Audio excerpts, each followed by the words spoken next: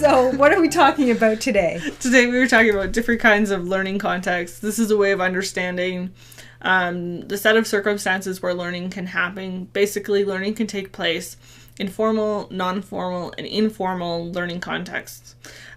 This is a way of looking at learning that is used by a variety of experts and organizations such as the Organization for Economic Cooperation and Development, which is also known as the OECD. Okay, so what's formal learning? Formal learning is intentional, organized, and structured. It is usually arranged by institutions. Learning is often guided by a curriculum and led by experts and trained professionals. Formal learning has traditionally been greatly valued and highly respected. An example of formal learning is schooling at most colleges and universities. In many ways, elementary and secondary schooling also fits in this categories. There's a curriculum that defines what concepts and materials are taught, and the students are graded based on their work and exams. So then what is non-formal learning? Non-formal learning may or may not be intentional. It may or may not be arranged by an institution. It may or may not be taught by a professionally trained teacher or expert. But it's usually organized in some way, even if it's loosely organized. But there's no formal accreditation at the end of it. Okay, so then an example of this kind of learning would be non-credit or community-based courses, professional development seminars, and working one-on-one with a tutor. Exactly, yes. Okay, so what about the last one? What about informal learning?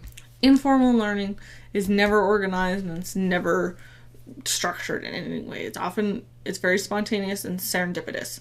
It's not guided by a curriculum or a program in any way. It's often thought of as experiential learning. So, and there's again no formal accreditation in these cases. So, a parent teaching their child the alphabet might be an example. Mm-hmm. And they may not even realize they're in the teacher role.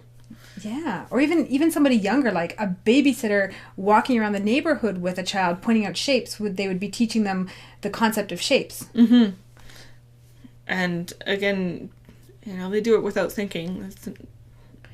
It seems to me that would be really hard to quantify, that kind of learning. Yeah, well, just because it's hard to quantify or track does not mean it's invalid learning.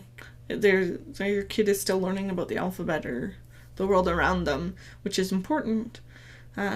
It's just difficult to quantify. Well, yeah, and not just kids. I mean, this video itself could be an example of informal learning, right? Because we're learning from each other, and anybody who watches the video is going to be learning as well. Exactly. This is a great example of the learning contexts and how often these opportunities for lifelong learning are all over the place. That's great. Thanks. I wonder what other informal learning opportunities I'm going to have today. Who knows?